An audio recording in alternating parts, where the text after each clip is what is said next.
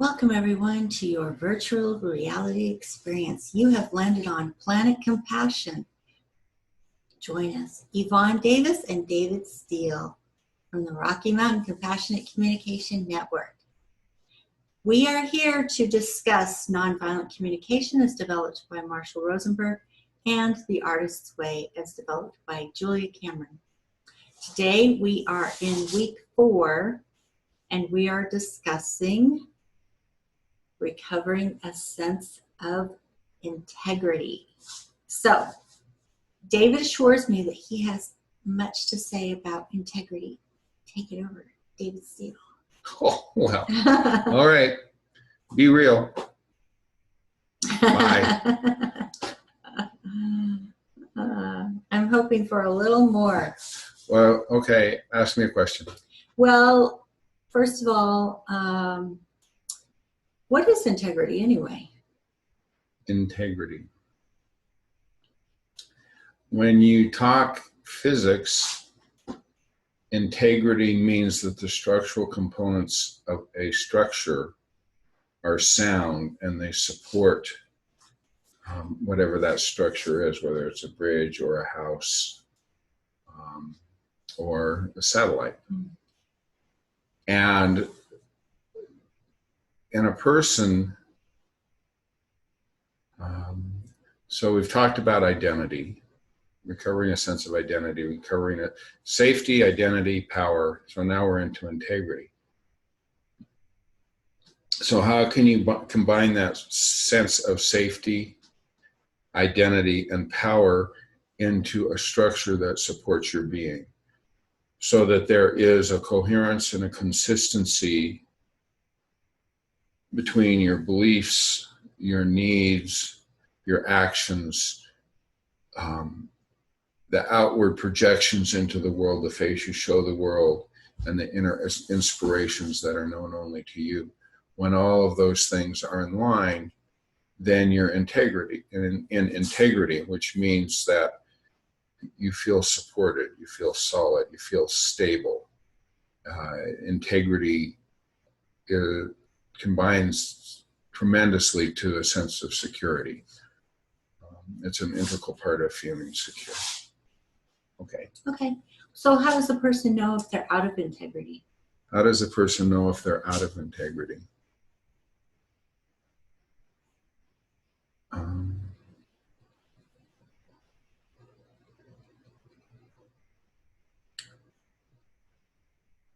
That's a really good question.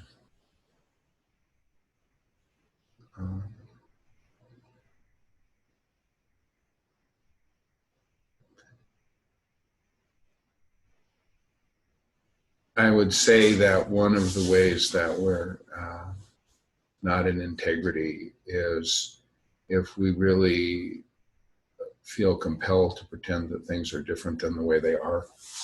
So if we have this vision of how things should be and we cling to it so firmly that we ignore the feedback of our senses and what's going on in our immediate surroundings and try to force that sensory input to support the story in our heads, then we're not necessarily in integrity when that happens.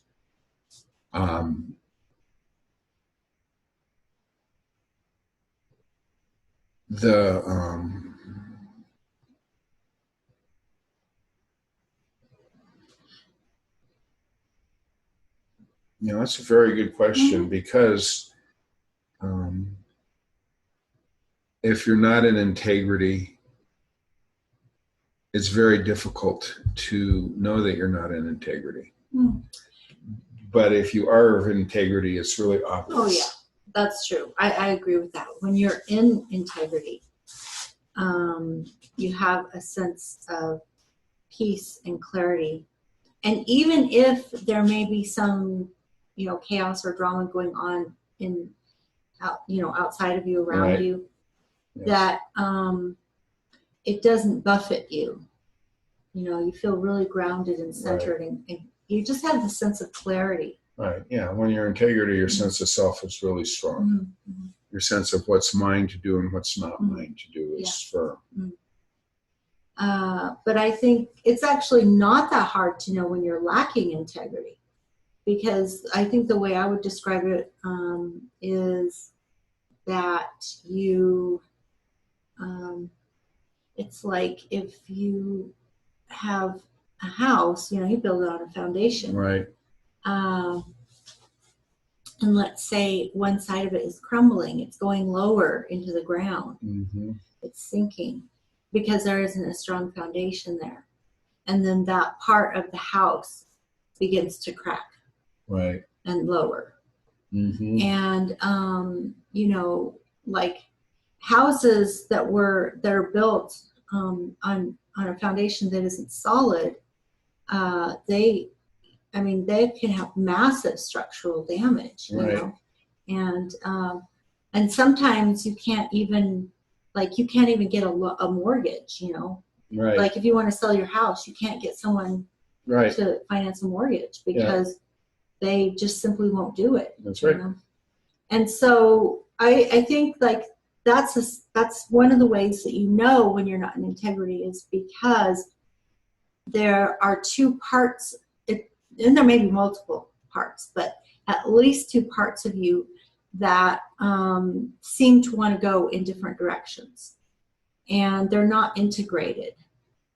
And so you know, I mean, it is difficult. It's difficult to talk about. Like if you're lying, for example, and some people, even if they tell a lie, they actually don't realize that they're lying because some part of them is so invested in keeping that mask on that they don't realize that it's not integrated to the rest of their being. And so they say things that, you know, when they're in that state of mind that they actually believe are true. And then, you know, if, for example, someone else is looking at them from the outside, or if they, you know, have a moment of clarity where they're able to see themselves objectively from the outside, they begin to realize that the reason why they might be saying the things that they're saying and doing the things that they're doing isn't because it's the truth of their integrity and who they are and their values. Rather, it's because they're trying to avoid something that terrifies them. And the truth, you know, confronting the truth is actually, or as you say, what actually is. There's so much fear in confronting that they would rather, you know, put on this mask and wear it and pretend that something else is true, and instead of confronting that thing that terrifies them. Often the thing that terrifies them is what they think the consequences will be if they begin to be honest with themselves and others. You know, they'll no longer be able to manipulate and control the situation, and they're afraid that the structure that they've built, which isn't actually built on a strong foundation, if they acknowledge the truth of that it will truly crumble, you know. And I've seen that. I've seen people who are able to tell themselves a story and tell other people a story that is not factual. You know, it's not truthful, it's not honest, it's not factual, it's not based on what truly is. And it was so obvious that the reason why they weren't capable of being honest, even though they didn't realize they were lying, was because if they had to confront the truth of what truly is, that they would no longer, you know, their psyche would no longer be able to hold that structure together, and it would collapse. And there would be consequences of honesty. There are consequences of being honest and authentic and vulnerable. That's why it's hard to do. You know, because people don't want to face their fears. They want to face the consequences. They want to just keep that shell, hold it together, you know. That's the way I describe it. Well, I'm totally down with that. Yeah, I'm down with that. So one of the things that came up as you were talking is when you deliberately try to mold someone else's behavior Yes. In a way that doesn't honor their own integrity, that doesn't honor whatever they want. So you're trying to force them to be a certain way, and you're deliberately misleading to bring about that sculpting. That would be not in integrity. Integrity requires trust. And not only that you trust yourself, but that you trust others, that you trust the world in general.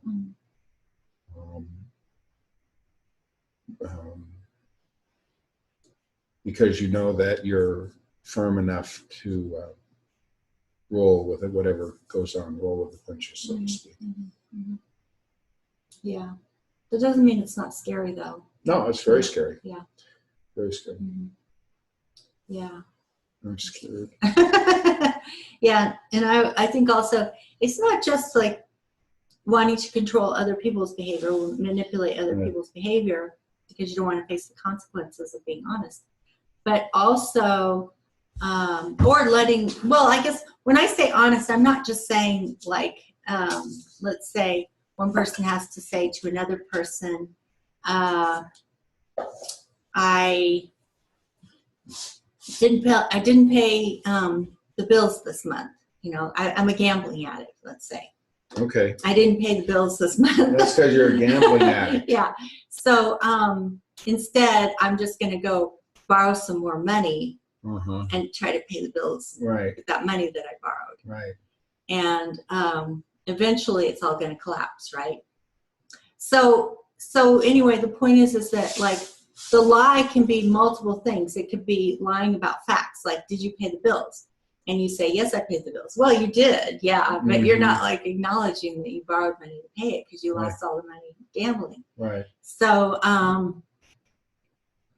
okay, so there's that kind of lie or honesty. Right. And then there's the self, like if you're an addict, and you're in denial, you're lying to yourself. Right. But the story that you're telling yourself, you actually believe is true. That's You right. actually believe that because the balls haven't crashed to the ground yet, that you're still, look at me. I'm handling everything just fine. There's no problem. See, that's why I think I had a hard time with your question about how do you know when you're not in integrity? Because if you're into deception, you're probably deceiving yourself.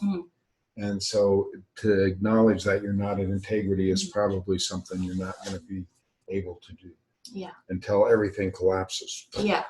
Right. And then when everything falls apart, then some people are able to acknowledge and others are not. Yeah. And so you don't want to face the consequences by being honest. Right. Not just with other people, but with yourself. But I think also in terms of situations. Right.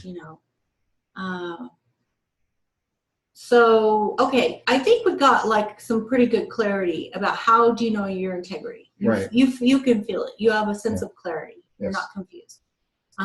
When you're not in integrity, it's a little more difficult because of the fact that self-deception is often a part of being out of integrity. Right. Yeah. Or, I would say that's right. And so I'm thinking that kind of sets up what we're going to talk about this week, because we mentioned honesty, truth, confidence or stability. Those are all pretty big topics that could each make their own video. So anyhow, my question is, would it be an integrity now to draw this one to a close, kind of as an introduction for the week, and then continue on tomorrow? And tomorrow and tomorrow. Okay. I think what I'll do is I'll just summarize what I really, my takeaway from this discussion is that if you're in integrity, you can feel it, you can know it. You have, and that doesn't mean everything is perfect in your life. You can still have challenging things to deal with in your life. It's just that the way you're dealing with them, you know that you're being true to yourself. You're not lying to yourself. You have a sense of clarity. You have a sense of peace around that. Even if you're not even sure how you're going to handle the problems, it's like you just know that there's a certain direction you have to move in. There's a certain value that you have to stay true to in order to stay true to yourself. And I think that's the most important thing, is that you're being true to yourself. You're being true to others, honest with yourself, honest with others. Even if the best you can say is, I don't know how to handle this situation. I just know that something in me is in alignment such that I have a strong clarity about what my truth is. And I'm going to speak that to the world. Right. Yeah, so there's a lot of clarity in that, even if you don't know all the details about how you can resolve certain situations. And then the next thing would be when you're not in integrity. You can, in a way, you can tell because something just feels off, even if you can't put your finger on it, you know? Yeah, maybe, but if that's what you're used to, you might not know, because it's like breathing air. Yeah, it's true. Yeah, yeah. That's very true. People can go for a long time with their spine bent, in a sense, you know, and not, and it feels so normal because they're used to it. So they might not have awareness that they're not really being true to their deepest inner core. Yeah. Okay, so yeah, we'll just leave it at that, and you can kind of ponder that and see, like, you know, do your own integrity rating and see what you come up with. And there's no judgment in it, because, you know, we're all on this journey together.